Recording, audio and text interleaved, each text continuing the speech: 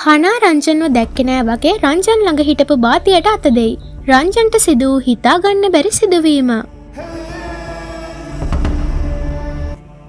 පසුගියදා පැවති කැලින් සම්මාන රාත්‍රිය සඳහා කලාලෝකයේ අති බහුතරයක් සහභාගී වී සිටි අතර බොහෝ පිරිසක් සම්මාන වලින්ද පිදුම් ලැබුවා.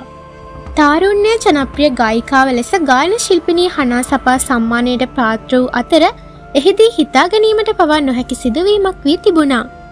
හනා සපා සම්මානය ගැනීමට යන අවස්ථාවේ රංජන් රාමනායක වාඩි වී සිටි අසුන අසලින් වේදිකාව වෙත ගමන් කරමින් සිටි අතර එම අවස්ථාවේ එක්වරම රංජන් සිටි තැනට පැමිණි හනා අතට අත දීමට මෙන් පැමිණි අතර රංජන් රාමනායකද සිතා සිටියේ තමන්ට අත දීමට එන බවයි.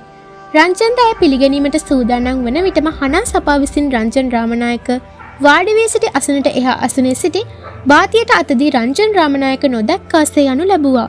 එම අවස්ථාවේ ඔහුගේ මුහුණෙන් සිදු අපහසුතාවය පිළිබඳව දැක ගැනීමට ලැබුණා.